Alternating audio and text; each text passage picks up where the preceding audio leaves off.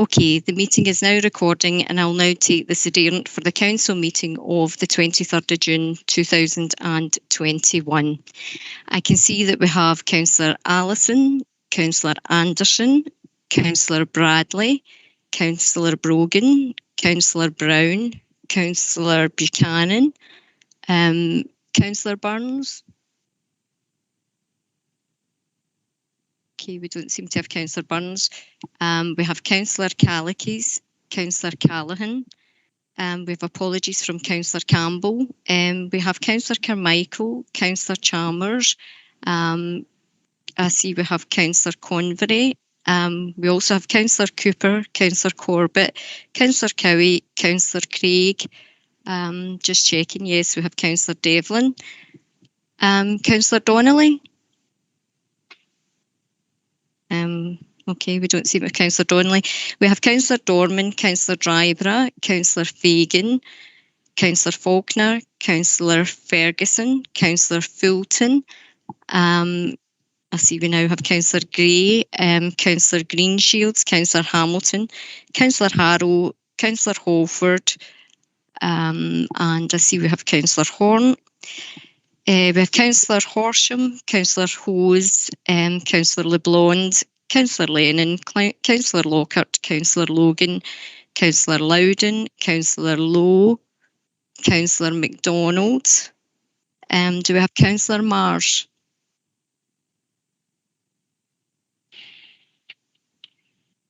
We don't seem to have Councillor Marsh.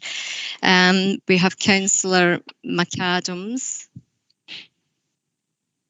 And we have the Provost. I see Councillor McClymont is here. Councillor McCreary. Do we have Councillor McGavigan? Yes, I see you're here, Councillor McGavigan. Councillor McGeever, Councillor McGuigan, Councillor McLaughlin, Councillor Miller, Councillor Nealon, Councillor Nelson. I see we have Councillor Nugent, Councillor Razak, Councillor Ross, Councillor Scott, Councillor Shearer, Councillor Stevenson, Councillor Thompson. I see we have Councillor Walker, Councillor Wardhall, Councillor Wark, Councillor Watson and Councillor Wilson. I'll just double check the ones that were missing. Councillor Burns, Councillor Donnelly and Councillor Marsh. I'm here. Susan, I'm sorry, right. It's Councillor Mars. I had some difficulty entering the meeting. Okay, thank you, Councillor Marsh. We also have a number of officers present, as well as the interpreters and the local democracy reporter. Thank you. I'll now pass you back to the Provost for today's business. Thank you. Thank you, Susan. I noted Councillor Graham Campbell is not present today. However, I'm sure I can speak on behalf of all elected members and officers of South Lanarkshire Council in emphasising our complete support and solidarity with him and his family after another horrific attack on his home. Like him, we look forward to justice taking its course and bringing some peace back into his life. Thank you. Yeah. Councillor Allison. Yeah. Thank you very much for those words. Thank you very much for those words, Provost. And I think on behalf of Graham, I would just like to thank all members for the support that they have already offered in various means over the last few days. It is obviously a very distressing, to say the least of it, situation to find yourself in. I would maybe like to just ask if we could perhaps suggest at this time that this is something the Council is perhaps needing to look at more generally in terms of protection, not just of us members, but it could quite easily be officers as well that can become targeted for various reasons. And I think it would be appropriate if perhaps Cleland Chief Executive we could look to see what could be done going forward. This is not an isolated incident. Obviously, what's happened to Graham has happened previously, but I believe there has been at least 2 other members who have had issues as well at various times to various degrees.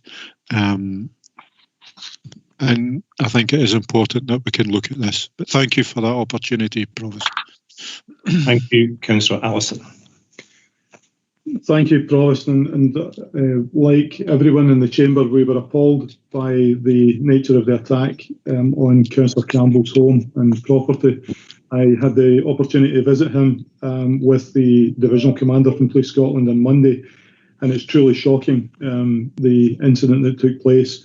And we will cooperate fully with Police Scotland regarding their investigations and hopefully bring those responsible to book. In relation to Councillor Allison's wider point, happy to take that on board. I believe there's some new materials as well being made available through the Local Government Improvement Service, and I believe that's to be considered by COSLA colleagues shortly, and we'll see how that would be applicable in this area and what supports we can provide for officers and members of the council to ensure that we can go about our business or represent our communities without this type of intimidation. So yes, I can give that assurance, and wanted to assure colleagues within the council that we are taking this with the utmost seriousness. Thank you. Before we move on, Councillor Rossi, you want a quick word? Yes, thank you, Provost. It was just to reiterate the views of Cleland. As leader of the council, I think it was an abominable act. It's something which all 64 councillors here who are representing their local areas do so with the greater interest of their constituents at heart.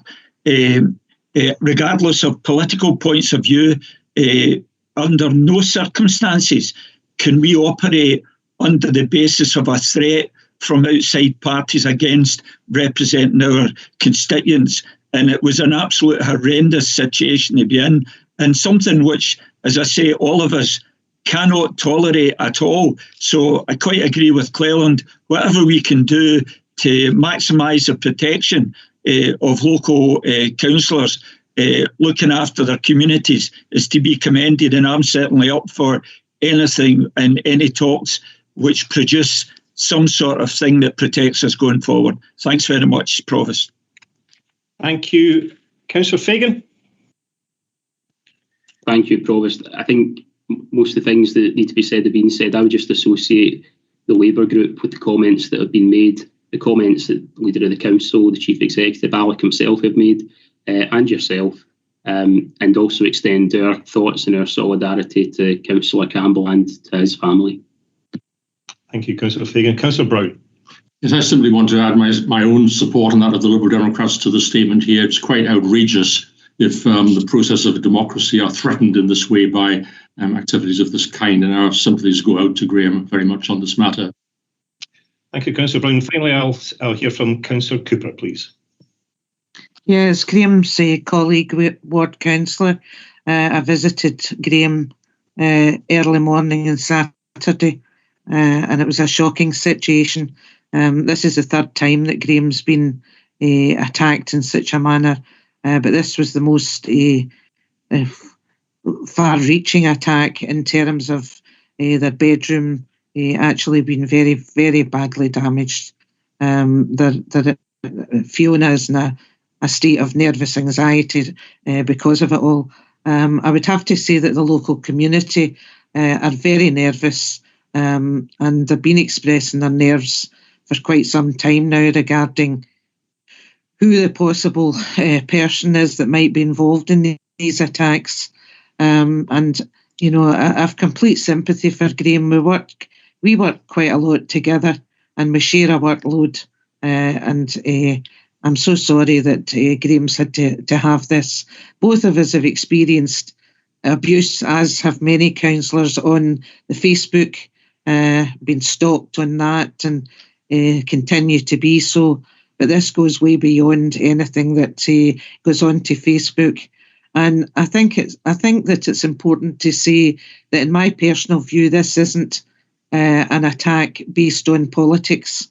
This is an attack based on Graham standing up for the rights of the ordinary working man in his community, and voicing his worries and concerns about certain individuals within the community. And he's been a pretty brave man to do that. But he is getting to the stage that, everybody's really concerned now about, it's almost an attempted murder this time. And serious steps need to be taken to bring this person to justice that's carrying out these attacks. Thanks, Provost, for allowing me to speak. And the whole of the independent group are thinking about Graham and Fiona. Thank you.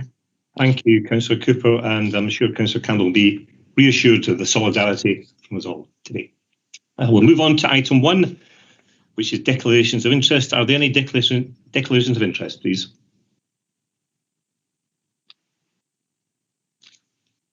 Councillor Cooper, your hand's still up. Sorry, Provost. Okay, thank you. Item 2, minutes of the previous meeting, which is on pages 5 to 10 of your papers. Minutes of the meeting of South Lanarkshire Council held on the 10th of March 2021, submitted for approval as a correct record. I move the minutes as a correct record. I'll second that. Thank you. Item 3, minutes of Risk and Audit Scrutiny Committee of the 9th of December 2020, which are on pages 11 to 14 of your papers. The minutes are submitted for information. Can I ask that members note the minutes, please? Agreed. Agreed.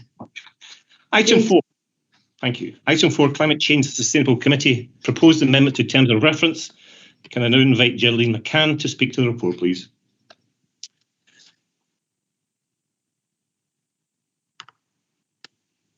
Thank you, Provost.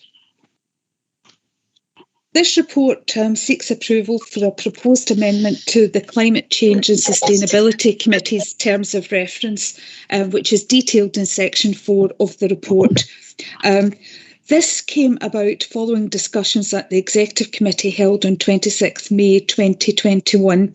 It was proposed there that in order to expedite the decision-making process of the Climate Committee, that paragraph 1.12 of the existing terms of reference be amended to permit them to take decisions on resources, but only to the extent of the financial package which has previously been agreed by either the Executive Committee or the Council, and through prior consultation with the Executive Director of Finance and Corporate Resources. A revised terms of reference is highlighted, is attached at Appendix 1 of your report, and it shows the proposed change at 1.12 in red, and this is on page 17 of your papers. Thank you, Chair. Thank you very much, Geraldine. Are there any points or questions, please? Councillor Allison. Yeah, Chair, sorry, Provost, just a quick point. It's not on the particular change which we accept. Under membership, it says 28 members, 2 of whom will be the leader of council, deputy leader, and then it goes on to say the appointments will be based on the following, and it just mentions the leader as being ex officio. Minor point, but should that not be the leader and deputy leader are ex officio, and then the different representatives from the groups? Geraldine, can you respond, please? Yes, thank you. That has been amended, that the membership of the Climate Change Committee is the membership of the Executive Committee. So that was agreed previously. Okay, thank you. Sorry, Provost. Yeah, fine. That's not really the point. It's saying that basically we are saying to the SNP group as administration at the moment that one of their 11 representatives must be the deputy leader. And I know it's a minor point, but either he needs to be ex officio or we can't say that they have to be on as part of the membership. Susan, do you want to make a point here? The leader is in every, he's an ex officio member of every committee, so that's why it's got that on brackets with his role. The deputy leader is certainly a member of this, but not in a role as an ex officio member, if that makes sense. Thank you. Councillor Fagan. Thanks, Chair. Provost, discussed this, and it has been discussed before, discussed this with my own group last week, and there was a concern that we're making this change less than a year before the council will then be reconstituting all the committees and an entire kind of framework for around committees and decision making. And there is a precedent, I suppose, that we're setting within the way that we're doing it. I appreciate entirely the points about the budget is delegated in advance. Would it not be appropriate or more appropriate to deal with this after the election, at which time we'd be reviewing the entire committee structure? Chief Executive. Provost, just to say that officers have responded to a request that was agreed by Council to bring this back. It's obviously available to Council if they wish to reverse their request or simply to agree the amendment before Council. So there's no compulsion on Council to do either, but officers are just giving effect to the decision the last time round.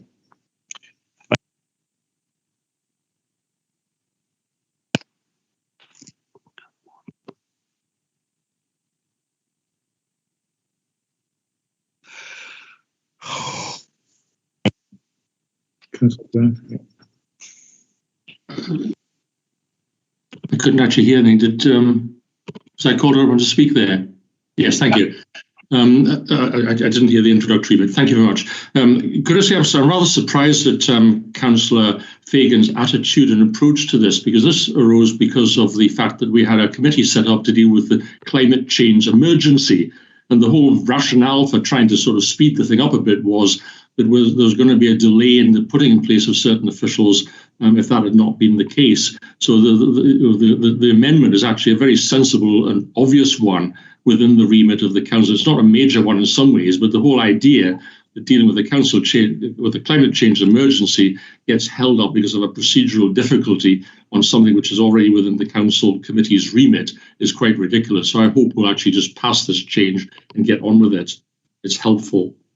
Thank you, Councillor Brown. Councillor Ross. Yes, thanks, Provost. Totally agree with Robert. We discussed this. We were in agreement at the time. We realised the constraints on the committee, and we were trying to find some way to get around that.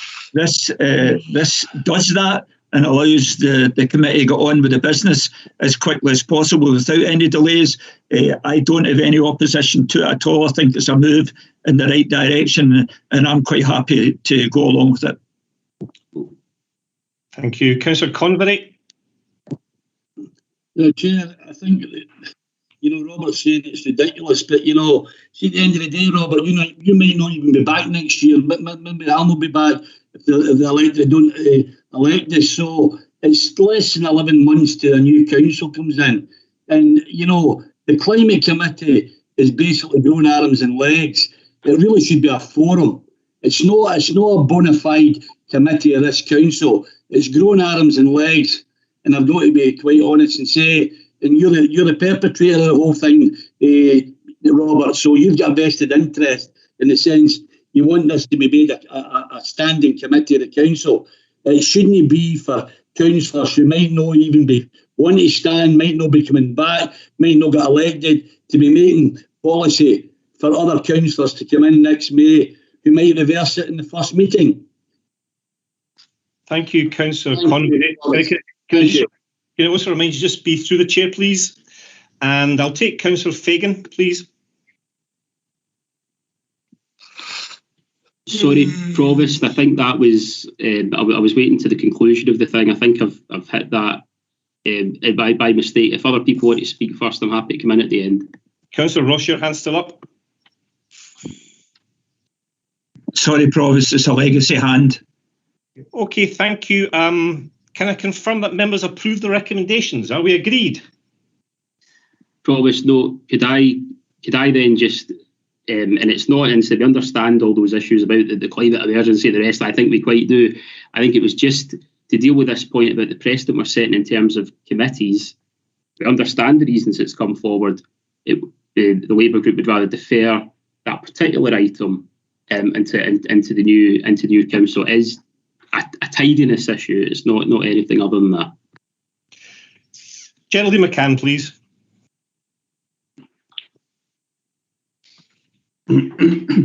First one to do it, to speak on mute. I'd just like to pick up on that point. It is, of course, free to the council at any time in the course of any council term to change terms of reference, and there has been a precedent for doing this. But if it is the council's will not to do so in this time, then they're entitled to take that decision too.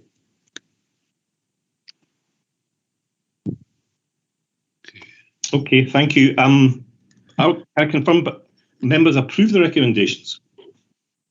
No, Provost, that I would like to have that particular item withdrawn, and we can return to it when the new council is elected.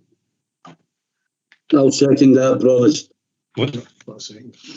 Okay, thank you. Okay, Susan, I think we need to go for a vote for this one, please. Okay, thank you.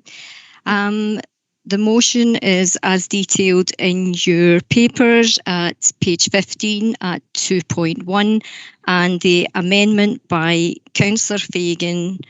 Sorry, I should have checked. Do I have someone, first of all, moving the motion and the recommendations? Apologies.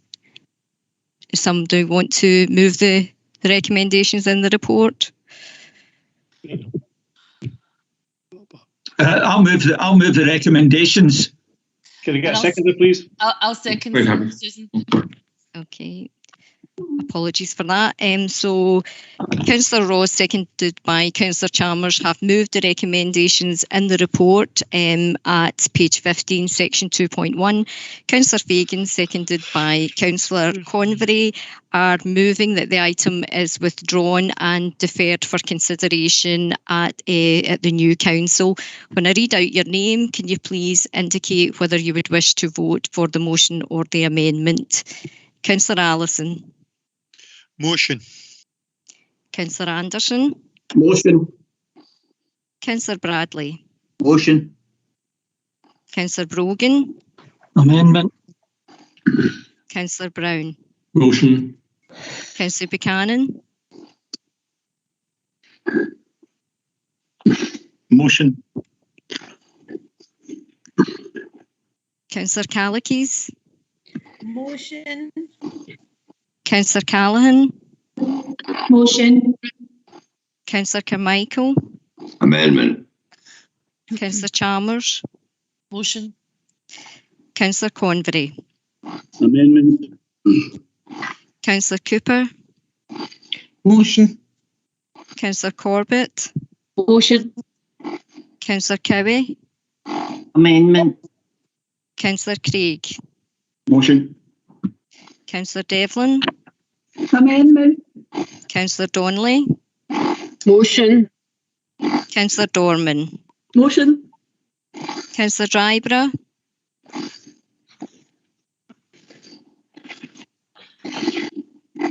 Councillor Drybra. Okay, I'll come back to Councillor Drybra. Councillor Fagan. Amendment. Councillor Faulkner. Amendment. Councillor Ferguson. Motion. Councillor Fulton.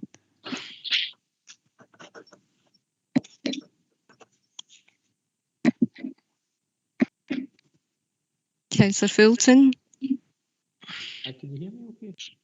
I'll come back to Councillor Fulton. Councillor Gray. Motion. Councillor Greenshields. Motion. Councillor Hamilton. Amendment. Councillor Harrow. Motion. Councillor Halford. Motion. Councillor Horn. Motion. Councillor Horsham. Motion. Councillor Hose. Motion. Councillor LeBlond.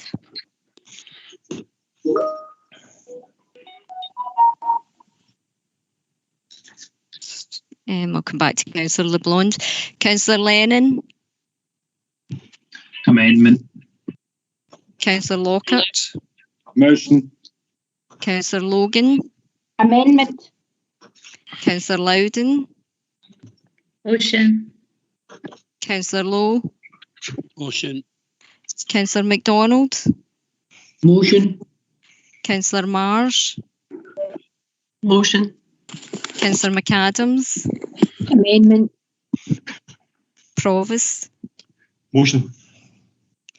Councillor McClymont. Motion. Councillor McGavigan. Motion. Councillor McGeever. Motion. Councillor McGuigan.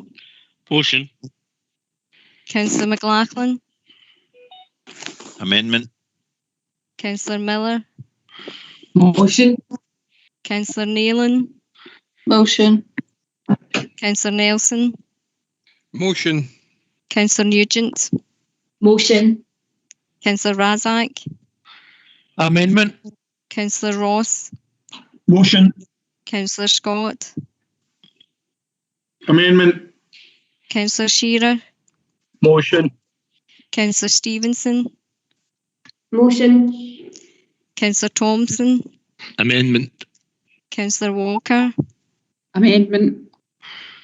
Councillor Wardhaw. Motion. Councillor Wark. Motion. Councillor Watson. Motion. Councillor Wilson. Motion. Okay, I'll just go back to the names. Councillor Dryborough. I think Fiona's perhaps had to leave the meeting. Okay, I notice there's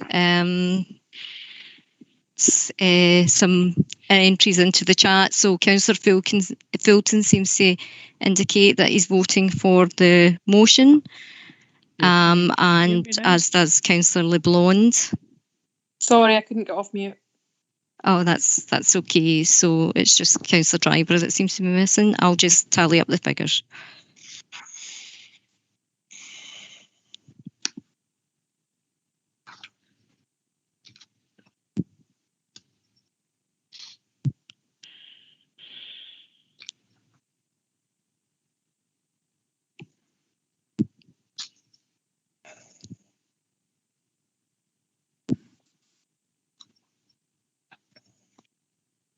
There was 44 votes for the motion and 17 for the amendment. The motion is therefore declared carried.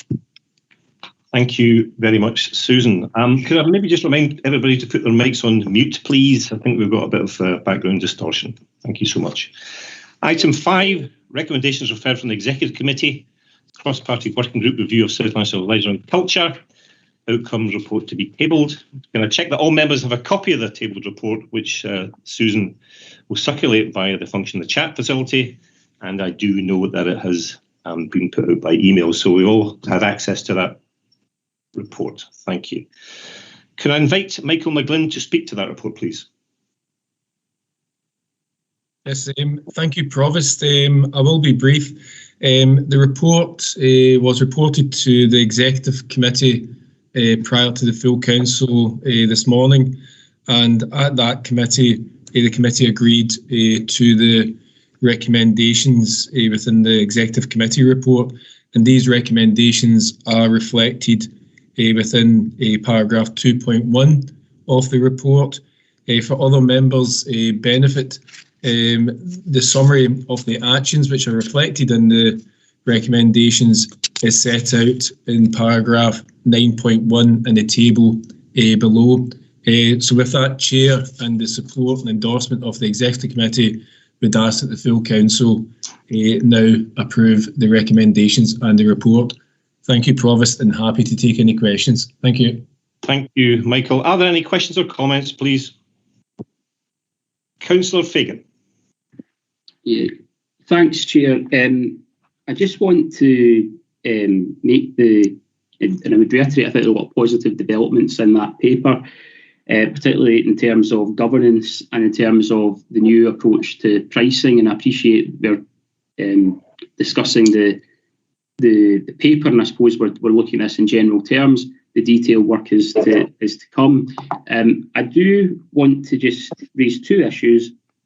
One is just that on pricing, this was something that came up in the working group, was that specific issue of the boundary charge. So, and that was in relation to golf. 5.13 mentions the boundary charge, and it mentions that it's one of the barriers that we face. I think the working group had a view that the boundary charge should go, and I believe the paper provides the flexibility to allow that to happen. But I just want to understand that is part of our intention going forward.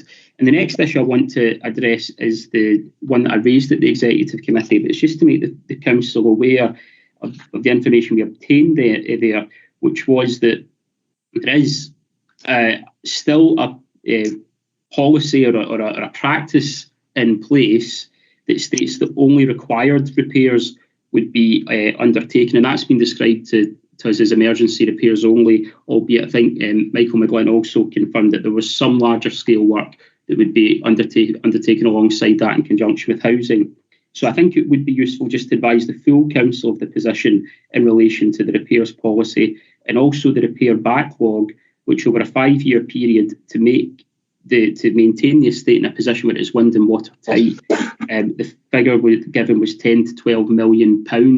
And my understanding, although I don't have the exact figure, is that actually the total repair backlog is much wider than that.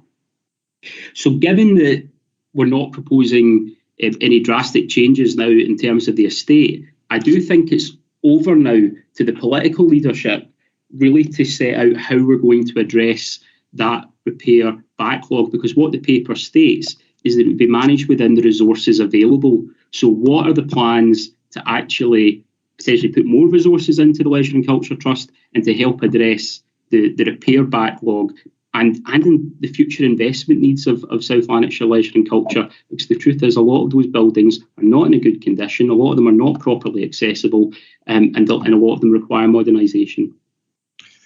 Thank you, Councillor Fagan. Michael McGlynn? Yes, thank you, Provost. In relation to the first point, just for clarification, the categories of the pricing between concessionary and commercial, the golf charges will fall within the commercial pricing, and that will also include consideration of whether to maintain this golf boundary charging. There was a lot of discussion, as members of the cross-party working group will know, that they didn't see that as a good thing, and that will certainly be taken into account by the board. And if the full council approve this report, that will fall within the gift and the decision of the board as commercial prices, but to give the assurance that golf and the golf boundary charges will be part of that consideration. For full council members' benefit, the figures quoted by Councillor Fagan were the figures are provided at the Executive Committee in terms of a backlog of repairs. Again, the vast majority of the repairs is undertaken by Housing and Technical Resources, which reflects that the property is still held by the council. The trust do hold a relatively small, modest budget for day-to-day repairs, sometimes categorised as emergency repairs. Again, I was asked for the details of that split, which I don't have at hand, but I can certainly seek to get that and provide that, Chair. So I think that probably addresses the question, I hope. If not, I'm sure Councillor Fagan will come back. Thank you. Councillor Fagan, a quick response, please. Yeah, no, very, very briefly, it's just I'm conscious that it did come up in the, and you've outlined the position. I think there's a separate political matter that the administration would need to consider about the future investment needs of the trust. But I have to say, my colleague Graham Scott was among those arguing quite vociferously that we had to look at this issue of the boundary charge, and I believe that was part of what was kind of going forward. I mean, is it possible for us to just give an indication that I appreciate that will be considered on that basis by the trust, but the council could certainly give a preference either now or an appropriate time in future? Is that possible? Michael McGlynn? Yeah, Provost, I think it's maybe just a wee bit of caution in my response, Councillor Fagan, because the decision will sit with the board. However, the the views from the General Manager and as reported to the cross-party working group certainly gave a very strong indication that the golf boundary charges would be looked at. But I'm very cautious not to preempt their decision, but I would be surprised if they never looked at that seriously and looked to address that particular issue. But I'm just very cautious that's a decision now will be with the board if the full council support this. Thank you. Thank you. I'll take Councillor Watson followed by Councillor Allison, but I notice David Booth wishes to speak. David? Thank you, Chair. It's really just to reiterate what Michael has just said there. Ultimately, that would, under the new arrangements, be a decision for the board. We'll be looking at the whole of the golf sort of pricing to try and make sure we get that pricing right across all of the different parts of golf. But what I would say that as things stand at the moment, I would most likely be proposing to remove the boundary charge. I don't think it works in terms of as a product for golf. Thank you. Thank you, David. I'll take Councillor David Watson followed by Councillor Alec Allison, please. Thanks, Provost. And just before I start my main contribution, maybe make comment on the boundary charge, because I think it is important that it is removed. Previous boards were keen to remove the boundary charges, but it was the council that was insistent that they stay. So I welcome the movement of travel, and hopefully we can get golf back up there and memberships back that were lost when the council insisted on these boundary charges. Also, just before moving on, I viewed the executive committee debate on this on YouTube and noted the comment from Councillor McAdams where I was mentioned. I would just be to reiterate that she referred to a shambles, and I'm not quite sure what direction she was going in that, but I would quite happily debate openly whatever she was referring to at any point. But moving on to the main report, I think the comment I would make is that the report's far from transformational vision for South Lanarkshire leisure and culture that we were promised by the administration. It's turned out to be a bit of a damp squib and a total waste of money and officers' time. I can remember back when administration councillors were queuing up to speak at members' presentations and seminars about how this was going to be transformational and was going to be the way forward. So on that basis, it's about leadership. Leadership's about taking responsibility. And I'd like to, as a council leader, going to take responsibility for the waste of money and time on this review. Because you're looking at about £60,000 worth plus of sterling of VAT to ECOS for the work they did for the working group and on the reports. You've got legal fees for Burness Paul, the council's legal advisors, and you've got the council officers' time. That adds up to a pretty sum of money. Just to suggest a change of status for SLLC, the charitable status, to a SKIO, and transfer pricing policy to the Leisure Trust, a move that I have to say I welcome. But where is the transformational vision? I don't see it. This paper is not a vision and fails to give a clear direction for the Leisure Trust. These limited recommendations and a programme of closures were proposed through the working group. Although the closure programme appears to have been parked for the time being, the report suggests that it's only temporary. It states at this point in time it is important that the council retains a level of community assets. I'm wondering if that's because of a council election next May. Councillor Watson, can I maybe ask you to temper or shorten this speech, please? I think we need to move on. Can you conclude, please? I thought we were allowed to debate and make contributions here, Provost, but I'll continue. In social media posts, the leader of the council has stated that it was always the intention to protect and invest in vital community assets as we recover from the pandemic. So can you advise why a paper was produced which identified facilities as surplus and ultimately earmarked for closure by placing them in a surplus property process? To quote the paper, where there is no interest in a particular property. Reds move straight to stage 3 and a relocation programme is developed for further displaced lets users where appropriate. Amber, Council and Leisure Trust to decide on a case-by-case basis whether the facility moves to stage 3 or alternative use to be identified. And then stage 3, properties are marketed through the Council surplus property process, where there is either no community interest is withdrawn, or community proposals prove unsustainable. So there you go, property processes get into the surplus properties. Conclude soon. Concluding, Provost, but I didn't know there was a limit on time. I would invite the Council leader. Councillor Watson, it's my job to business moving here, and that's what I'm doing. So if you could maybe... If I wasn't completely getting interrupted, I'd probably be finished by now. But I would invite the Council leader to advise how much he is planning and investing in the facilities in question to bring them up to standard, and make a clear statement that there will be no reduction in hours to facilities or closures suggested in the next budget.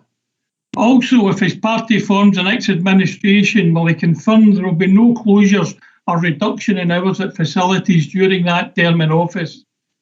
Clubs that use our facilities need some assurances to allow them to plan and invest. This commitment must extend to ensuring that funding for the Leisure Trust allows them to run existing services alongside the commitment to running services and programmes and maintaining the facilities. Thanks for your time. Thank you. One of the comments you made, discourse in the executive, is for the monitoring officer, I should point out. Councillor Allison. Thanks, Provost. Not really questions or anything. It's just highlighting the issues that I raised at the executive to start with. Very much look forward to the detailed papers coming forward regarding the setup of both the company and the new Leisure Trust Board, where I would certainly be wanting the retention of officers and a union representative, very much reflecting the board where it is today. The one issue that I have, and again, it's the one I highlighted at the executive, and I think it's needed for the record, is if this goes forward, asset transfer becomes significantly more important. We have taken a small step by passing at a previous executive meeting that we take on an officer specifically to lead that. I'm not sure that that will be significant enough support for this to work efficiently, and we certainly require to keep that in mind and keep our focus on that. And we do not want it to start and drag. There are various other issues that we can concur with, but basically the reason that a lot of these were not addressed was because the working group could not go forward in its current state because of actions taken by others. No question, simply the comments for this to be taken forward as a first step. Thank you, Councillor Allison. I'll take Councillor Bert Thompson now, please. Thanks very much, Chair. I'll make it brief. As we're coming out of the pandemic, I would have thought we look realistically at pricing and not have anything above the rate of inflation. I'm surprised that hasn't happened. The other one is about investment. I think we need a realistic and bold investment programme. People are wanting to use these facilities more and more, and in my ward in particular, I've got a leisure centre of 500,000 quid in the last 2 years being invested, and I've also halls falling to bits. So I'm hoping that we can get some positives back about investment, maybe a bit more meat in the bones here about how we plan to take it forward. Thank you. Thank you. I'll take Councillor Monique Adams, followed by Councillor John Ross, please. Thanks, Chair. It was just to come in on David's point. David, I back up exactly what you've said, and the fact is, out of a lot of the councillors here, you're somebody that's got the most experience, especially in regards to South Lanarkshire leisure and culture. And the reference was to do with, effectively, without me mentioning the officer's name that was involved, because obviously there was legal proceedings, so I used your name instead. And it was to do with, effectively, there had to, the way you were treated, and also the fact that there was... Councillor McAdams, this isn't relevant to this report. As I say, if Chair, with the greatest respect, you've not actually let me finish speaking. Well, this is becoming a recurring thought here. This has happened to me at various committees now, and I keep on getting shut down by the opposition. Listen, allow me to speak, please. The matters you're talking about are for the monitoring officer, and that will be brought up by the monitoring officer. So please carry on as long as it's relevant to this debate. Thank you. So now that you're allowing me to speak, and you're right, I will take it up with the monitoring officer, the disgusting behaviour at the last committee, thanks. What I was trying to say was, it was in relation to the Provost. Get on you go, Katie. No, Councillor McAdams, it's not you to decide who goes. I'll take Councillor Loudon's point of order now, please. Thank you. Thank you, Provost. You've actually just covered it. This happens at the last meeting as well. If the Provost tells you to stop speaking in something, it's the Provost and the Chair. This behaviour is getting ridiculous. And Monique, if that was in reference to me, I'm not impressed. I was perfectly within my rights to call a point of order the last time, and I was this time as well. Okay. So, Provost, am I allowed to speak? Please just hold on 2 minutes. Can I just emphasise, everybody, dialogue should be through me and nobody else. And the debate around this one is about this agenda item, nothing else. So if you got to talk about the agenda item, Councillor McAdams, please do so. If not, bring it to conclusion. That's great. So, Provost, I just get given into trouble by Katie, and she's just done the exact same thing to me. So are you going to give her the same thing? Are you going to speak to her the same way? Because I just get shut down because you're the chair, but Katie's then told you what to do to deal with me. So is it just because I'm opposition I'm getting treated this way? Councillor McAdams, could you continue with the debate, please? Do you know what? I'm done. Okay. Thank you. Councillor John Ross. Thanks, Provost. Couple of comments to make. First of all, I think to Councillor Watson's reference to his comments, I don't think that the cross-party working group was indeed a waste of time. I think all members of the cross-party working group gained a very valuable insight to the actual workings of SLLC and its relationship with the council. So it was not a waste of time at all. And the overriding purpose of the review was to define the ask of SLLC in delivering services on behalf of the council and how it implements that task. And that task was achieved by the cross-party working group. So I have no problem with what the cross-party working group did. As far as commitments, I'm certainly not going to make commitments for the next administration. I might not be here, and there's a bigger chance that Councillor Watson will not be here.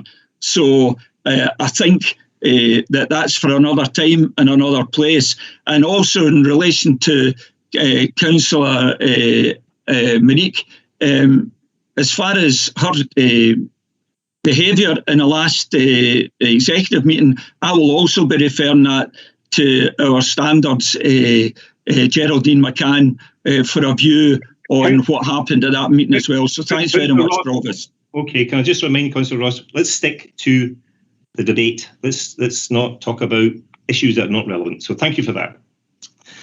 Councillor McClymont, please. Thanks, Provost. I was just worried about the clause about the commercial pricing. What worries me is that in the rural areas, there's no commercial other entities apart from the council, so we'll be disadvantaged. I just want to make sure that we're not disadvantaged in the rural communities. Thanks. Michael McGillen, can you respond, please? Yes, Provost, the discussion at the cross-party working group, just to try and put this in context for other members, so apologies for the members of the cross-party working group who've heard this before, is to ensure that we still support the concessionary prices to make sure that there's access for all to the facilities, whether that's within an urban area or whether that's within a rural area. But there was a recognition that certain services such as fitness, golf and other aspects where the trust was not able to react quickly enough, not be agile enough, not be commercial enough. And that relates, largely to golf and fitness, as I said, but that will apply within urban areas and within rural areas. But the intention is largely around the concessionary prices, where the Trust will come back with recommendations to the Council in and around August this year for the Council to consider. So I would like to think that there is no disadvantage to either urban or rural communities, but there was quite a clear and steer from the cross-party working group that the Trust has to be more commercial in other aspects, and that's what the paper reflects. But it's certainly not the intention to disenfranchise any communities. Thank you, Provost. Thank you so much. I'm keen to bring this debate to a conclusion, but I will hear from Councillor Watson, as long as he sticks to the debate on hand, and conclude with Councillor Margaret Cooper, please. Thanks, Provost. I would just go back to the comments made by Councillor Ross. I take it then, I agree that we need to ask South Lanarkshire Leisure and Culture for an ask of the Council, but we need to fund that, and he's not committed to that funding by the sounds of it. So that's a pity, but it looks more like this is more with an eye to the council elections next year rather than allowing our golf clubs and our bowling clubs to plan for the future. Thanks anyway. Thank you. I'll conclude with Councillor Margaret Cooper, please. Thank you, Provost. The cross-party working group carried out an excellent strategic exercise that was insightful into the workings of South Lanarkshire Leisure and Culture. And they concluded with a report which was confidential. The next stage would have been to take that report and look at it in more detail, Provost, with a view to working out the ask of Leisure and Culture and of the Council in terms of its property portfolio. Every year we're faced with the budget challenges and decisions have to be made in regard to old properties and in regard to the ask of Leisure and Culture and the amount of funding that we can provide thereby to allow them to carry out that ask. We were unable to take that forward because the document was leaked to the press, and fear and alarm in the community and in the workforce was the conclusion of that. So the document has not reached a point where we're getting to an ask of Leisure and Culture. The document has reached a broad overview of the issues that are withstanding in terms of property and of Leisure and Culture continuing to carry out the work they're doing in the same manner as they've been doing for a number of years and the cost associated to that. It's high time that councillors kept in mind that we're coming into the forthcoming budget discussions again, and Leisure and Culture's budget will come up at that. And we haven't made any decisions, long-term decisions in regard to an ageing property portfolio that's going to be costly.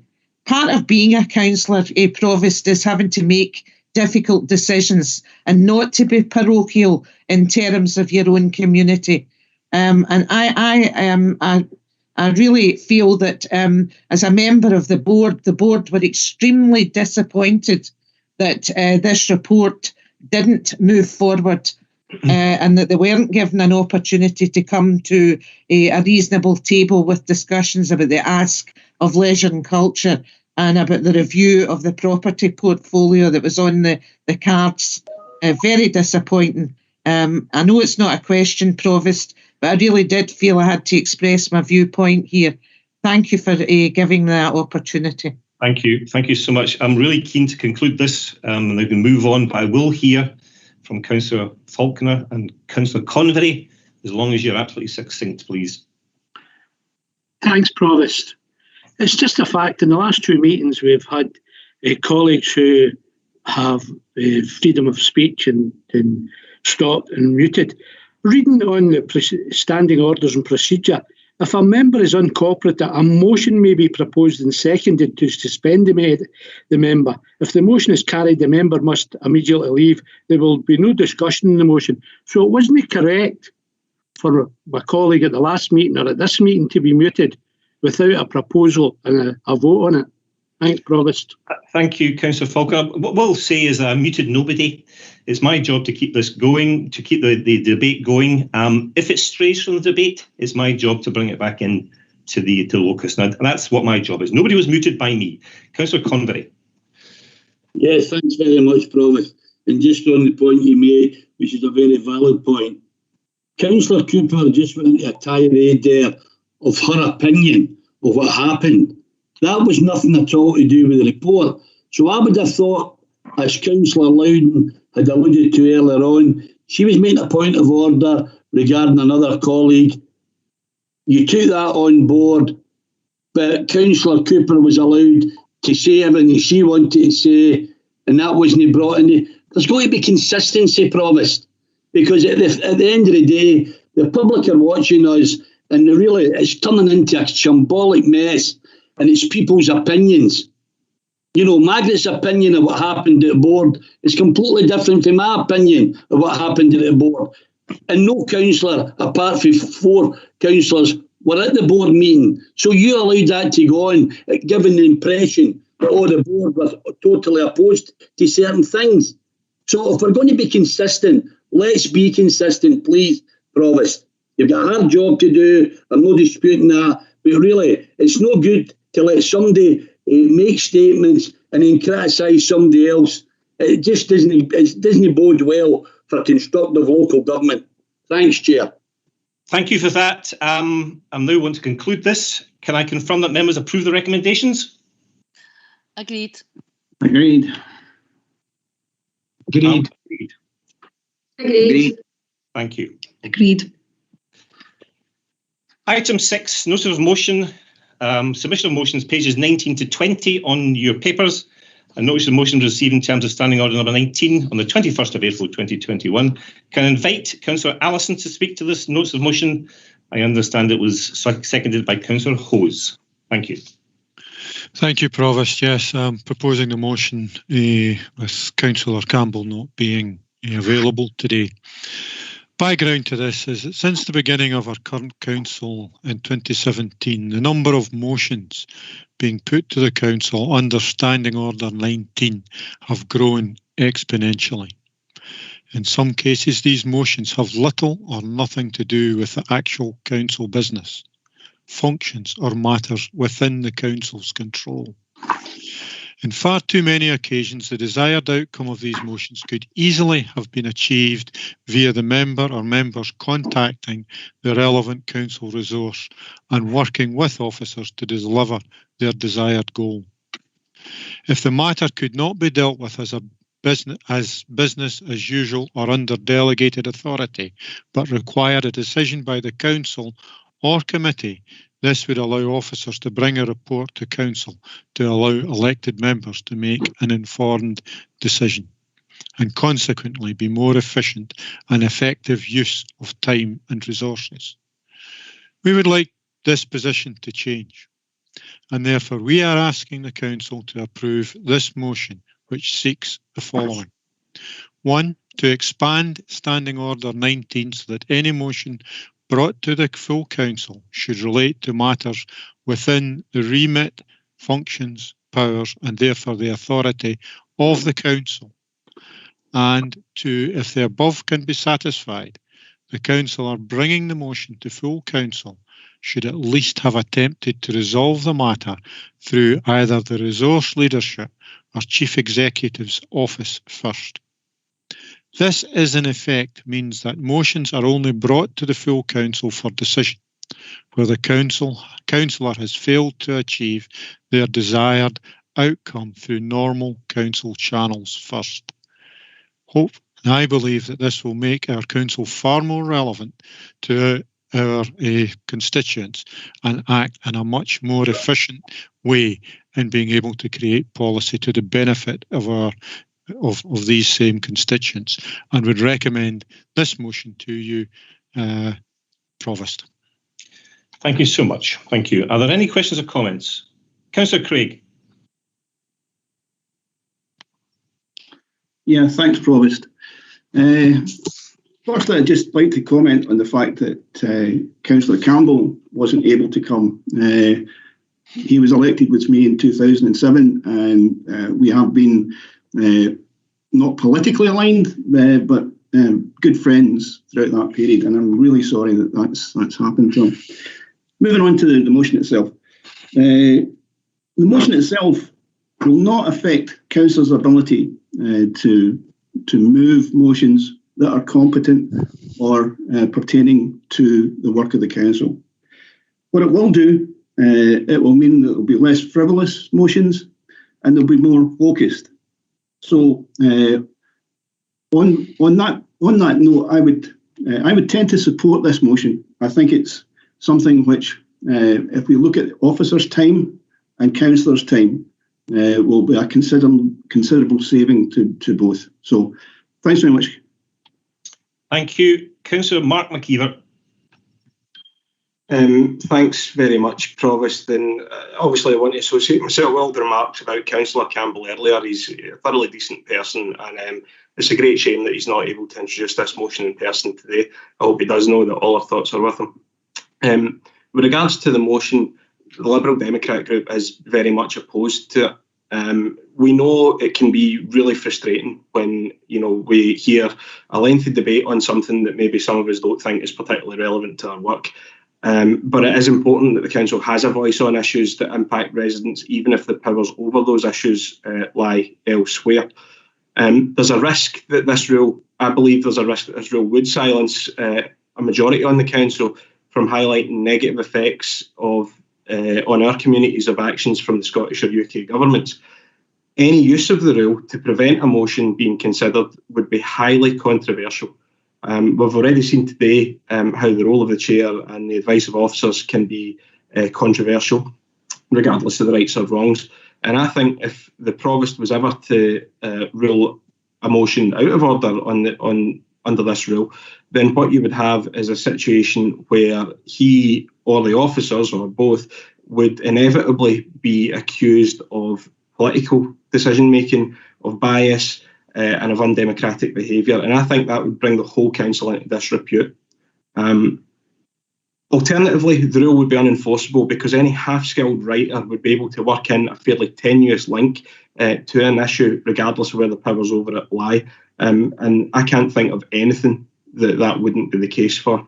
So as a result, we'd probably spend more time through points of order debating the application of the rule rather than just debating the motion, whether or not we agree with it, whether or not we think it's relevant. As a general rule, Provost, I think that council shouldn't use procedures to block elected representatives raising issues that they feel are important.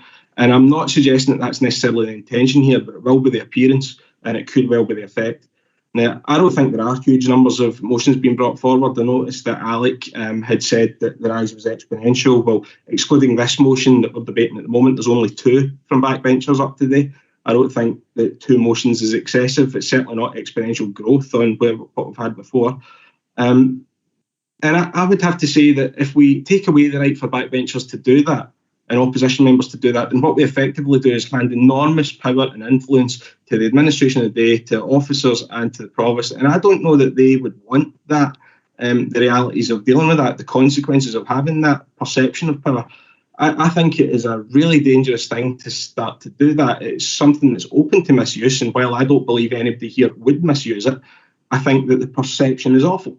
It's undemocratic, and it would effectively silence the council and backbenchers and opposition members from speaking if it's enforceable. And if it's not enforceable, then all it's going to do is create even more time debating the rule and the procedures. So with respect to the good faith of those who have brought it forward, I really hope that the council will reject it, and that's what I'm moving today. Thanks. Thank you, Councillor McGeever. Councillor Joe Fagan. Thank you, Provost. And can I reiterate the comments that I made earlier about Graham Campbell and his family, and can also associate myself with everything that Mark McGeever has just set out on behalf of the Liberal Democrats. I think, put aside the rights and wrongs of what happened earlier, there is clearly, and it illustrates the point about the importance of councillors being able to bring to the council chamber, virtual or otherwise, the issues that they believe are important to their constituents. And I don't think that any political party, least of all an opposition party, should be trying to constrain that. I do think it would be wrong to use the standing orders or the procedures to do so. And I also think we are, and the point was made, that we are potentially putting the people who hold office in the council and the people who advise us in quite a difficult position that we don't need to put them in. Because we don't want to be debating procedure, we want to be debating the substance of the issues put before us. That said, I do have a procedural point to raise, which is, as this motion seeks to amend the standing orders, would I be right in assuming that there should be a 2/3 majority of the council in order for it to pass? I couldn't support it, the Labour group couldn't support it. I can't imagine on the basis of that contribution the Liberal Democrat group will be supporting it, and somebody somewhere should be totaling up what that means. But I would just want to establish, does the 2/3 rule apply in this case? Councillor Fagan, absolutely does, but I'll pass to Geraldine McCann just for that confirmation, please.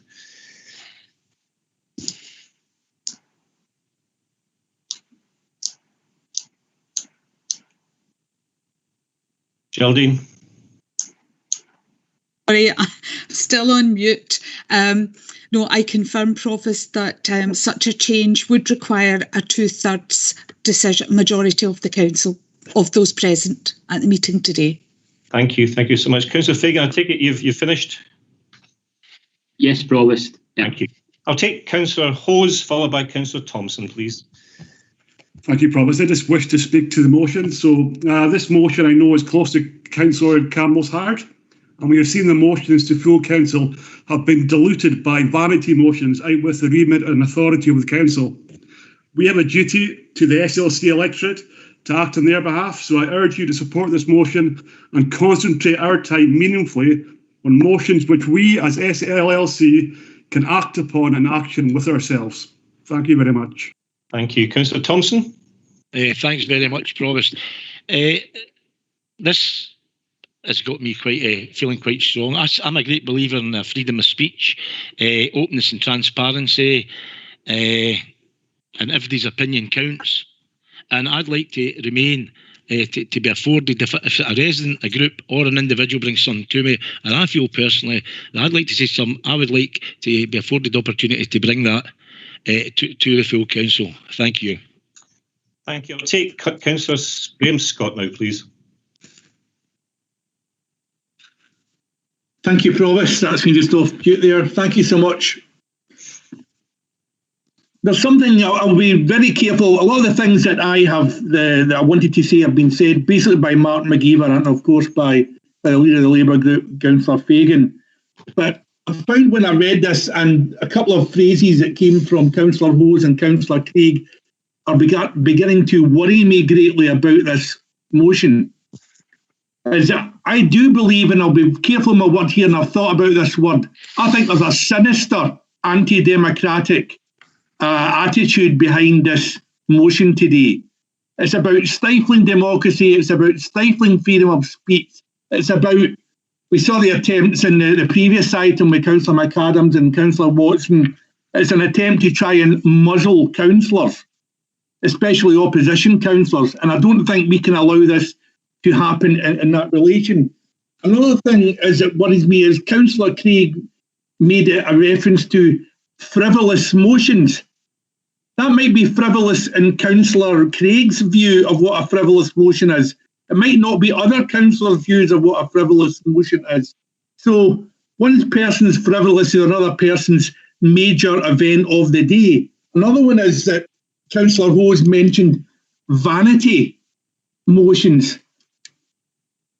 The views of the passing events of the day, if there's making reference to them, I would not call it, again, it's down to Councillor Hose's opinion. What he sees as a vanity project or a vanity motion is not necessarily what the movers of it see or the seconders of it see. So there's a dangerous judgmental aspect to this that I think we have to stop. And my view is that we should oppose this totally and completely.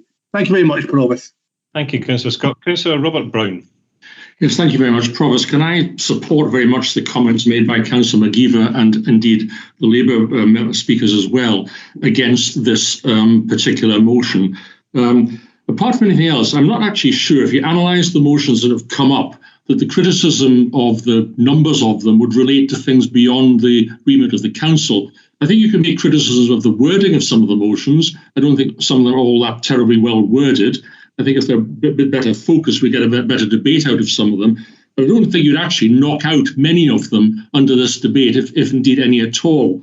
But it is actually, I think, inappropriate in any event. And the reason is really a democratic one. This is the local voice of local people, democratically elected in the normal way to represent people in South Lanarkshire in our respective views. Opposition members have different views. Many of them, no doubt, I will disagree with, and some of whom I will agree with. The reality, however, is whether this relates to directly to council functions or to views of the council on the activities of central government or to other issues that may be relevant in that regard as well. These are things which are perfectly within the proper remit and recourse of the council. I think it would be actually undesirable that was actually taken away. The other point I'd make, if I may, is I'm not quite sure if Councillor Peter Craig represented the view of the SNP group on this, but it's slightly curious, is it not, that we have the party of government in Westminster proposing a restriction on the democratic rights of councillors here, apparently about to be supported by the party of government in Scotland. Now, is that exactly the way in which we want to see things going forward? I don't think that's the proper way to deal with it at all. I think we should leave the things as it is. We've prided ourselves on advancing, if I may, the openness of the council with the petitions committee, one or two other things. I've made express views about the difficulties that I think are caused by some of the standing orders already in restricting, because of the timetable and things of this kind, the way in which people can bring things forward. I think it's inappropriate we should make that worse by this particular motion. And I very much hope it will be rejected, not just by a marginal minority, but by the whole council, speaking on behalf of the democratic rights of the people of South Lanarkshire. Thank you, Councillor Brown. I'll take Councillor John Ross, followed by Councillor David Watson, please. Yes, thanks very much, Provost. As a member of the administration, I don't really see the sinisterness in this motion. From our point of view, it's not a case of trying to close down transparency. It's more about the idea, and as Mark McGeever said, anybody that writes a competent motion could find a way to bring in items which don't necessarily cover local government. However, I'm more interested in paragraph 2, that councillors take the time to actually discuss with directors ways forward, which can be done through our committees and resolved before it ever gets to the point of being raised at full council. So I am supportive of this motion for those reasons. Thank you very much. Thank you so much. Councillor Graham Scott, your hand's still up. Do you wish to make another comment or? Okay. Councillor Watson, David Watson, please. Thanks, Provost. I just want to associate myself with the comments from Councillor McGeever and Councillor Fagan. I think this is a quite dangerous motion in so much a stifling debate. When you look at paragraph clause 2 and it's raise it through the resource leadership or the Chief Executive's office. I mean, the resource leadership obviously has a political angle to that, and it's putting pressure on the Chief Executive's office to take decisions one way or another, which should be political decisions. So I'm quite happy to back what Mark's been put forward, and Joe, and I'd associate myself with their comments. Thanks very much. Thank you so much. Could I ask Councillor Alec Allison to sum up, please? Thank you, Provost. Yes, closely listening to those. There's some of the comments in particular. Councillor Brown suggested it wouldn't change anything. So if it won't change anything, why is he opposing it? Councillor Thompson, you're suggesting that for some reason you would not be able to bring up issues brought forward to by your constituents. Completely wrong. It may even free up more time and more officers' time to deal with these issues by allowing us to focus on what is relevant to our constituents. Not one thing less would come forward from them. I do not think there is any democratic deficit in this. It is simply tidying up and making sure that we make best use of officers' time and our time in these committees to get the best results for our constituents, and not losing time talking for the sake of talking. And therefore, I would once again recommend this motion to you all. Thank you so much. I take it we're not in agreement with this particular motion, so can I ask Susan to take us forward to the vote, please? Is it an amendment? Provost, I know Councillor McGeever had indicated he was against it, so if I do take the vote and simply ask members if they're for or against the motion, that will achieve the same result without a formal amendment, and then when I'm aware of the total numbers present, I can then see whether it meets the 2/3 that's required. Thank you. If members are happy with that. Are we in agreement? Okay, so if I read out your name, can you please indicate whether you're for or against the motion? Councillor Allison? For. Councillor Anderson? For. Councillor Bradley? For. I understand Councillor Brogan had to leave the meeting. Councillor Brown? Against. Councillor Buchanan? For. Councillor Callakis? For. Councillor Callaghan? Sorry, I didn't hear that. Councillor Callaghan? That was for. Thank you. Councillor Carmichael? Against. Councillor Chalmers? For. Councillor Convery? Against. Councillor Cooper? For. Councillor Corbett also had to leave the meeting. Councillor Cowie? Against. Councillor Craig? For. Councillor Devlin? Against. Councillor Donnelly? For. Councillor Dorman? For. I don't think Councillor Dryborough has rejoined us. No. Councillor Fagan? Against. Councillor Faulkner? Against. Councillor Ferguson?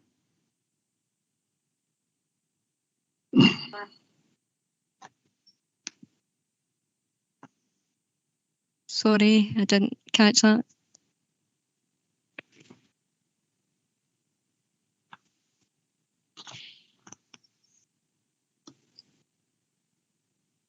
For. For, thank you. Councillor Fulton? For. Councillor Gray? For.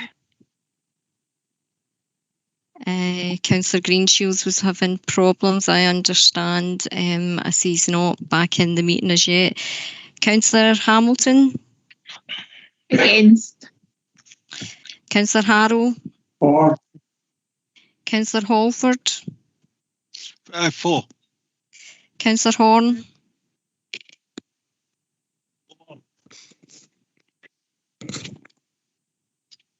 Sorry, Councillor Horn? For. Thank you. Councillor Horsham? For. Councillor Hose? For. Councillor LeBlond? For. Councillor Lennon? Against. Councillor Lockhart? For. Councillor Logan?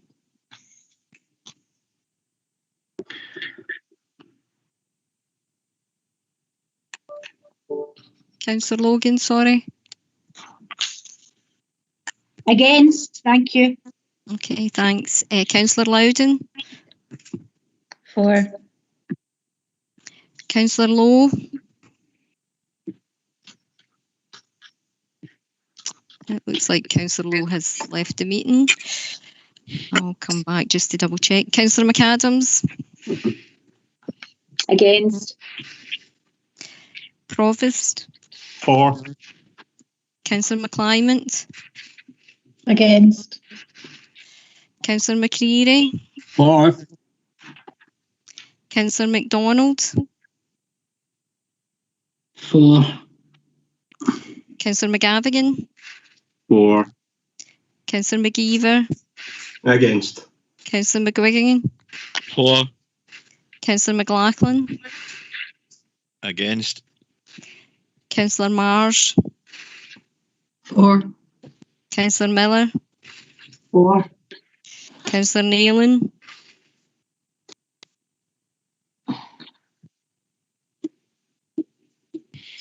Councillor Nealon? For. Councillor Nelson? For. Councillor Nugent? For. Councillor Razak? Against. Councillor Ross? For. Councillor Scott? Against. Councillor Shearer? For. Councillor Stevenson? For. Councillor Thompson? Against. Councillor Walker? Against. Councillor Wardhaw?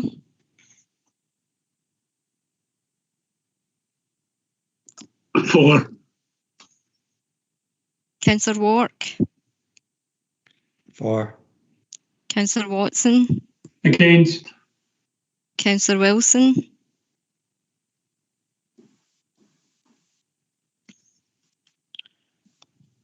Councillor Wilson?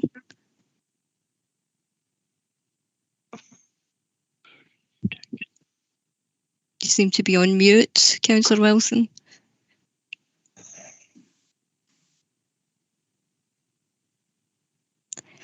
Okay, I'm just going to cover the names that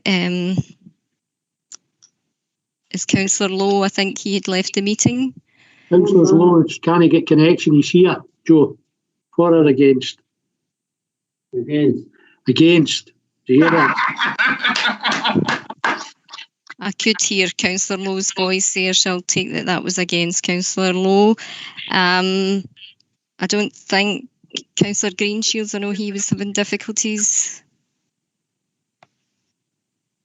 No, I don't see that he's back in. And just finally, Councillor Wilson.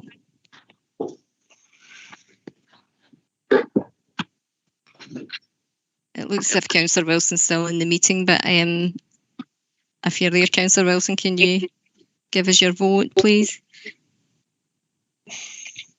Okay, he seems not to be there.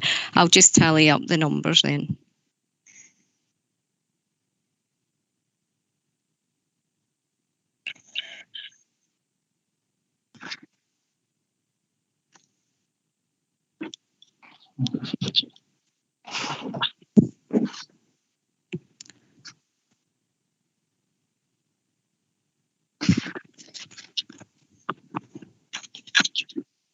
Should we have the recess now?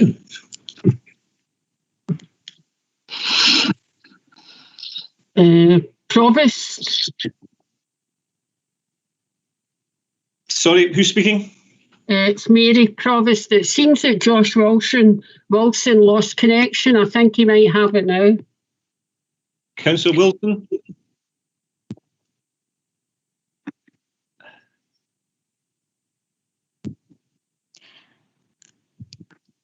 Councillor Wilson? Provost, I don't see his name in the list, and I don't have any... You can move on then, Susan, please. I don't have any text messages from him. The result of the vote was 37 for and 20 against. As there were 57 present when the vote was taken. 2/3 would equate to 38. So the motion fails to be carried on that basis. Thank you, Susan. Thank you. Everybody, we've been going for almost 2.5 hours now. So I'm going to have a 5-minute recess and we will resume at 10:02, please. 10:02. Thank you.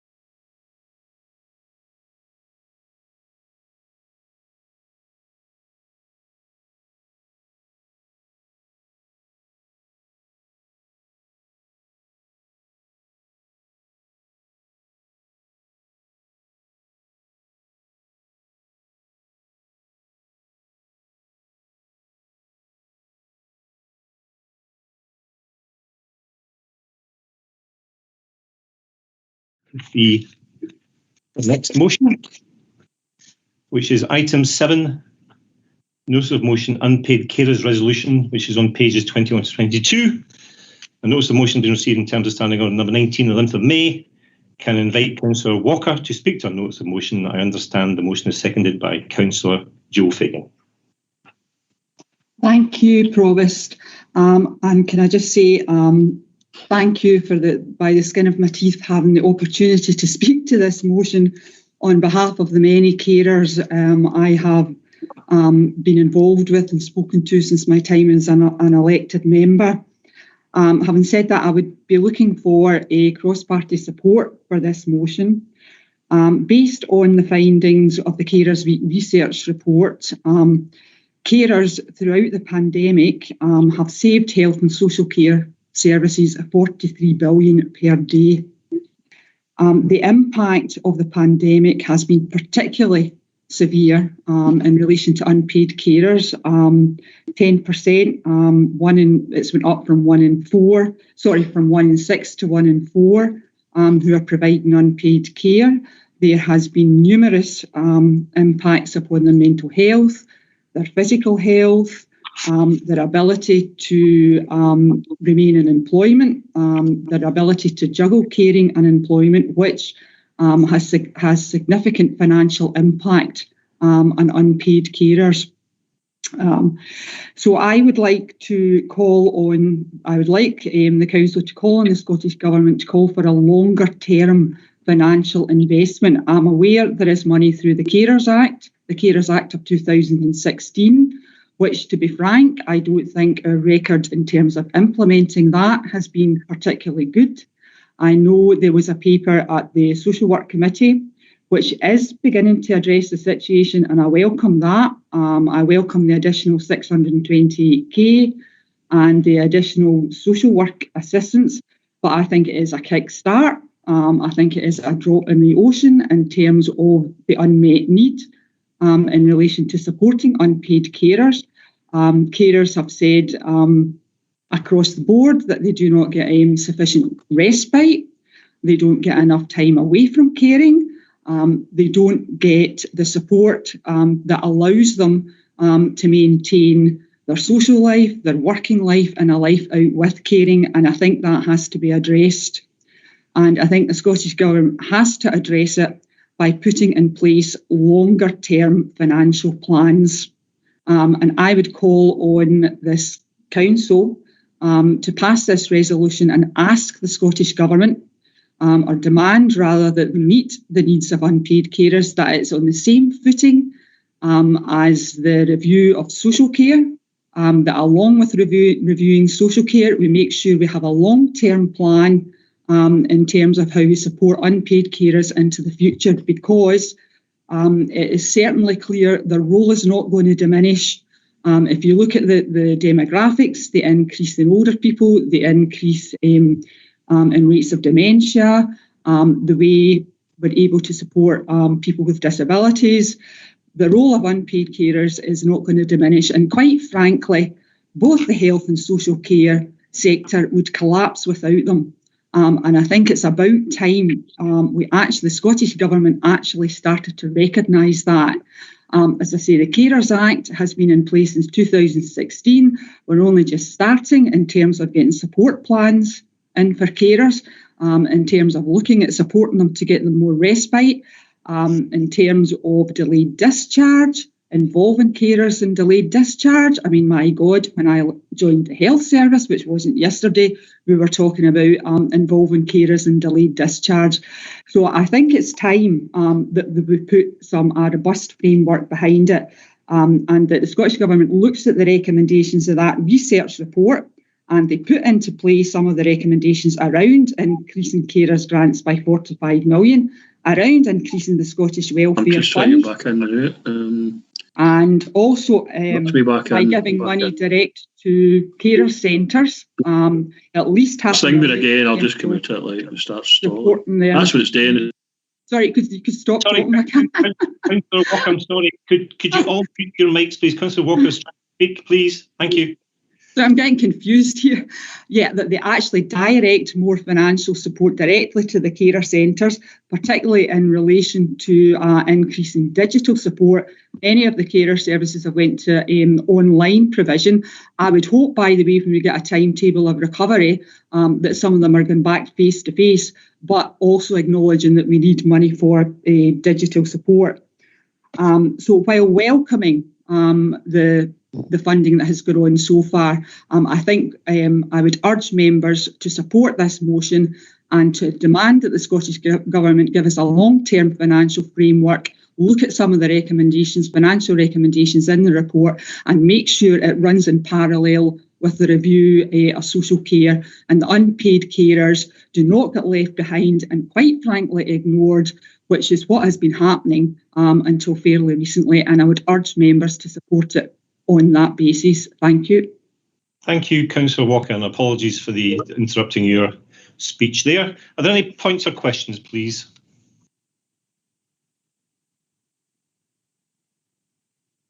Councillor John Bradley.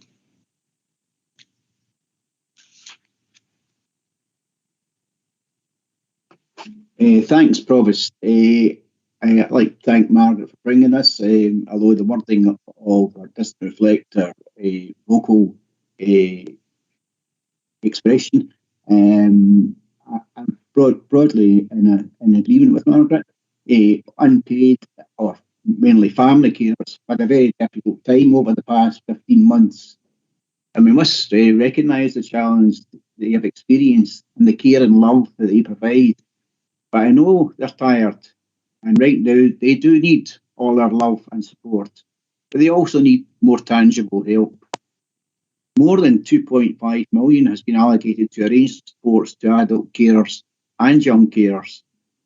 Additional caring through COVID funding, 49,000 released by the government in February 2021, with a request that was distributed to carers by the 31st of March 2021. The Health and Social Care Partnership provided a further 75,000 to assist carers access funding to support a creative break from caring. There has been a noted significant increase in referrals to Lanarkshire Carer Centre, partly COVID related, for example PPE, vaccinations, testings, and with restrictions of opening daycare as highlighted by Margaret and residential respite services, unpaid carers seeking further avenues of support. Lanarkshire Carers supported over 700 South Lanarkshire carers throughout this fund. And I would like to put on record our group's appreciation of the work Lanarkshire Carers, Action for Children and our social work staff have done supporting carers for the past year. A report will be presented to the next IGP outlining recommendations for further targeted support to unpaid carers. They will be a priority for us as we begin recovery from the pandemic. Please support the motion. Thank you so much.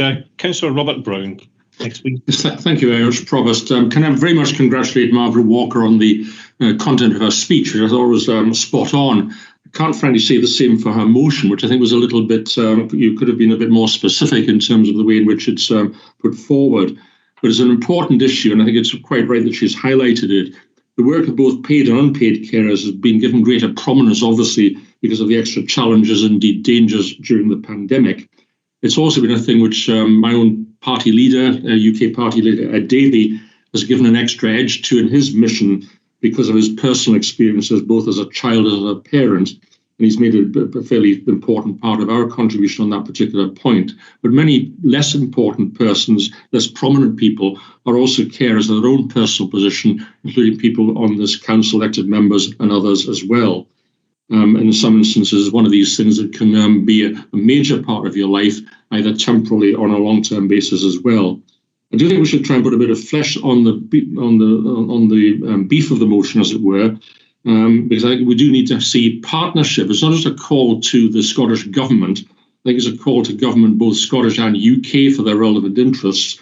But it's also, I think, a call that needs to be made for partnership between the government, the council, the NHS, the IJB and the voluntary sector, was touched on, I think, in the comments that John Bradley made as well. And indeed, the council should possibly have a fairly significant lead role in this. And I wonder if we should be looking at the Social Work Committee about ways in which we can take forward part of the items under this particular agenda heading and seeing if there's anything more we can do to support unpaid carers in our context as well.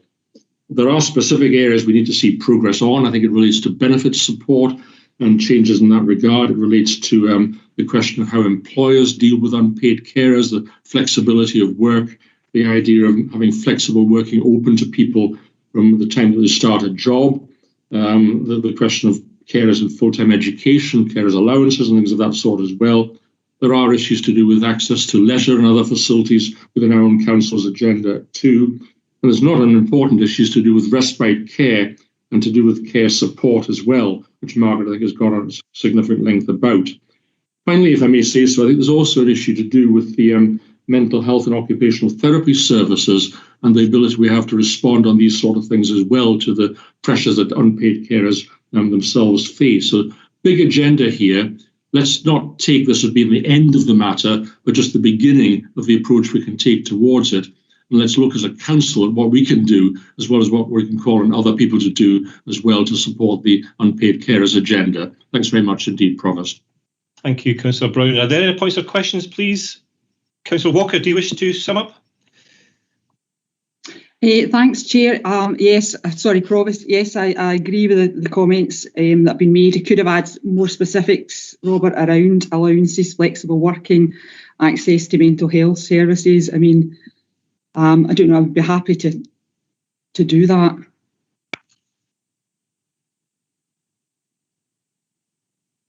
Yes, no, I wasn't seeking an amendment as such, if I may say so. I think that's a broader thing, but it's I think if the council could look at it, that was what we're looking at as well.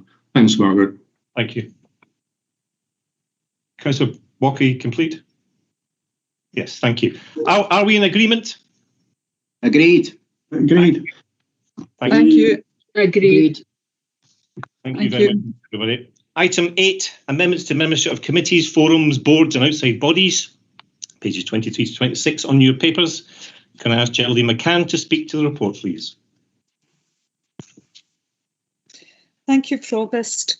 This report just advises of proposed amendments to the memberships of committees and also to advise of action that has already been taken in terms of Standing Order number 36C because of the timescales involved for the reappointment of the Council's voting and substitute members of the South Lanarkshire Integration Joint Board. The amendments sought are set out at section 2.1 of the report, and that is following a request from the business manager of the ruling group. So these changes are brought before Council today for approval. Thank you so much, Geraldine. Are there any questions or points, please? Councillor Halford.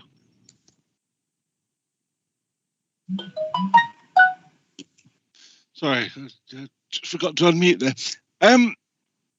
Preface my comments by saying the last time I spoke to Councillor Colette Stevenson was the day she was actually won her seat in Holyrood, and I congratulated her and said to her that I believe that she will make, despite our political differences, a very good and competent MSP representing her community, and I have certainly no feelings against her. However, I appreciate that there is a precedent in councillors elected to higher office remaining on the council and thus saving the expense of by-elections this close to a council election.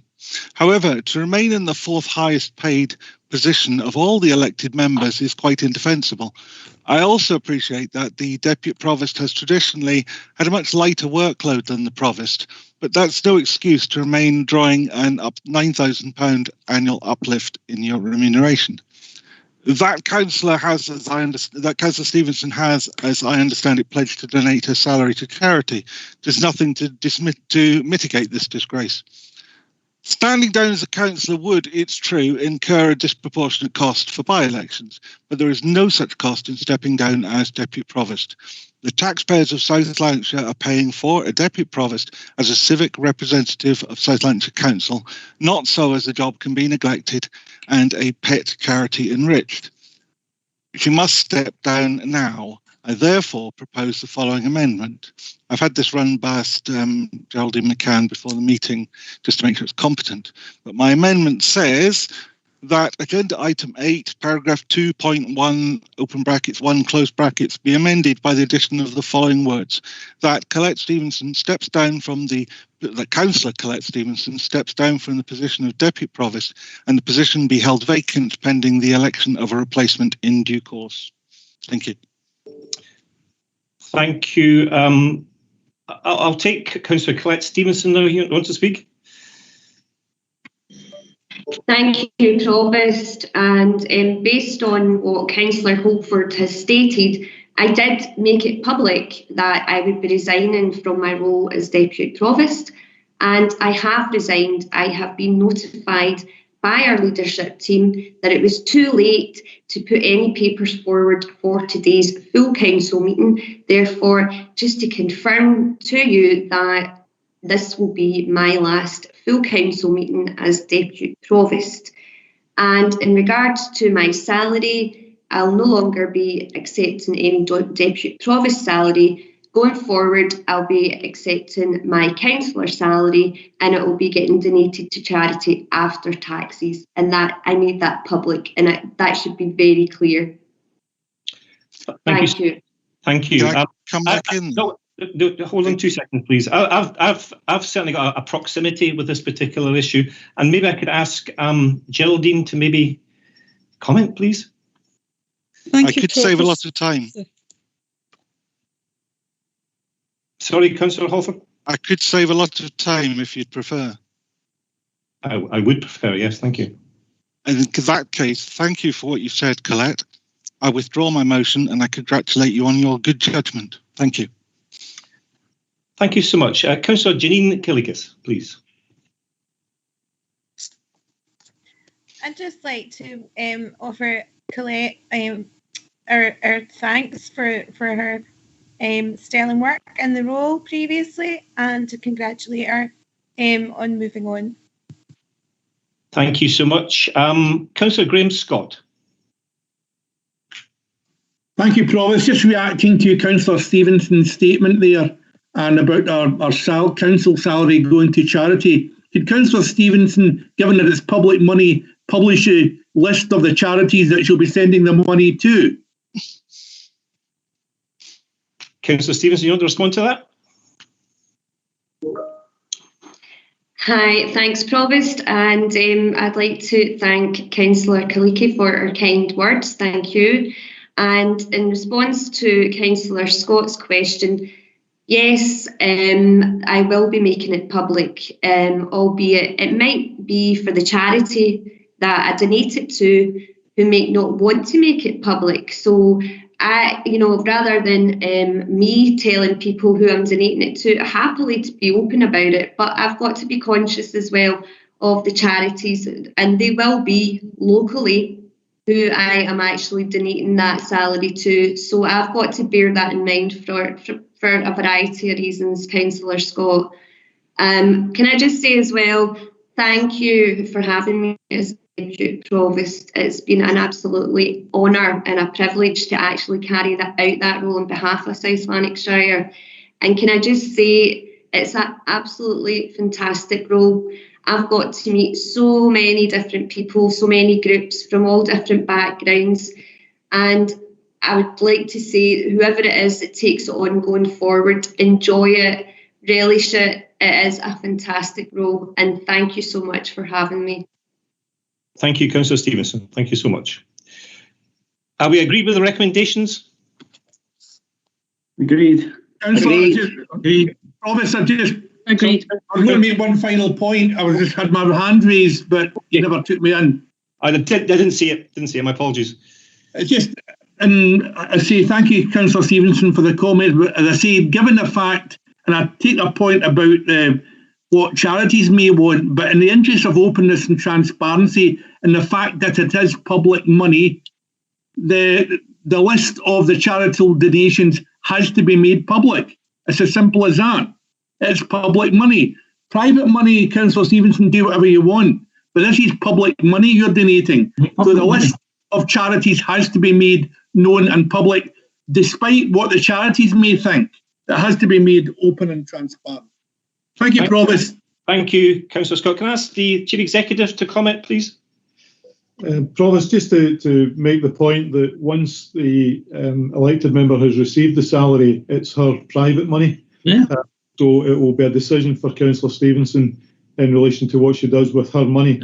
It ultimately comes from public purse, but once it's receipted by the elected member, it's her private money.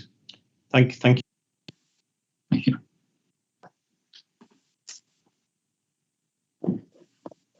Are we agreed? Agreed. Agreed. Agreed. Thank you, everybody. Item 9, launch of Lanarkshire firm-based website, pages 27 to 28 on your papers. Can advise that the report on the launch of Lanarkshire firm-based website is submitted for voting. Are there any questions or points, please? Councillor Mark Horsham. Thank you very much, Provost. I would like to welcome this. This website will be used as a valuable resource to help signpost our Armed Forces community, members of our local communities who might be worried about a member of our Armed Forces community, and colleagues to advice, information and help that is available. I would especially like to thank Caroline for developing this website and working with our partners in the Lanarkshire firm base. This launch coincides with Armed Forces Day on the 26th of June, and I would like to take this opportunity to, and I'm sure colleagues will join me in thanking those serving in our Armed Forces, families of those serving and veterans for everything they have done and do in order that we are safe and secure both at home and abroad. Thank you, Provost. Thank you, Councillor Horsham. Councillor Richard Lockhart, please.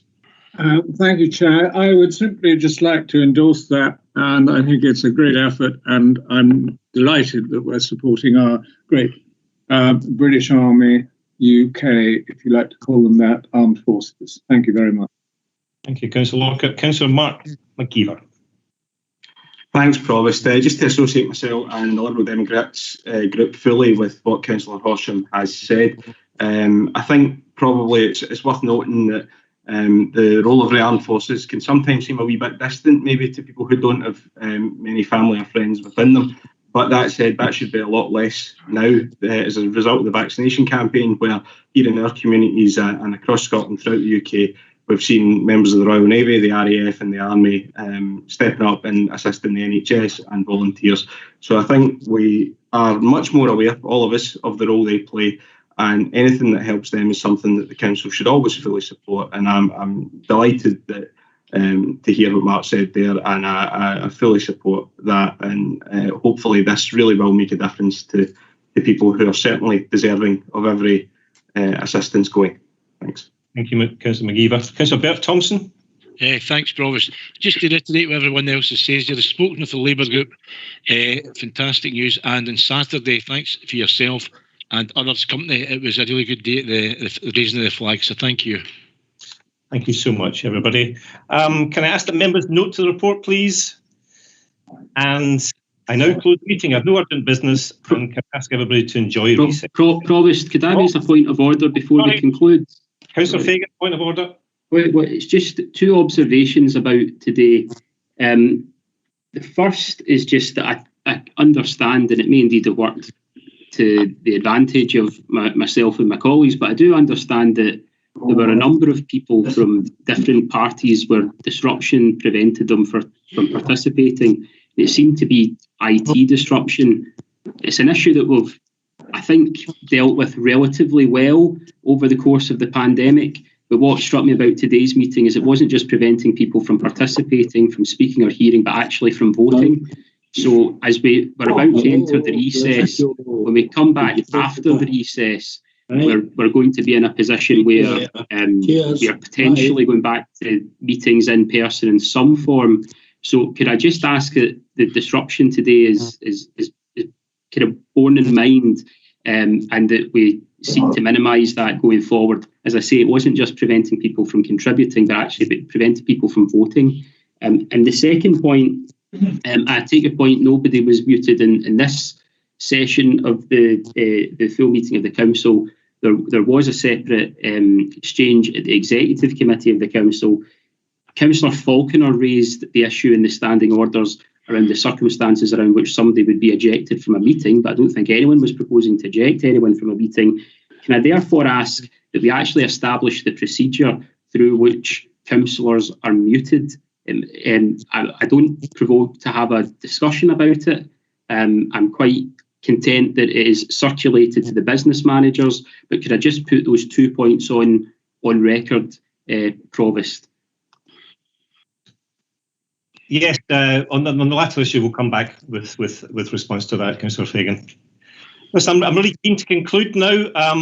If the points that are going to be made are relevant, and to that, Gladys Miller, do you want to speak? Thanks, Provost. No, it was just in response to Joe's request about connectivity, which is really important. But I think people have got to remember the council has a very secure and very accessible network. A lot of the problems are usually on the user side, and I know that from experience myself. And I think while, it's the council's responsibility to ensure the integrity of the network, it's not their responsibility to make sure that users can connect from their own house and from their own home PCs. Thank you. I'm keen to conclude this meeting, and I am. So thank you for your efforts today and your presence, and enjoy recess. Thank you so much.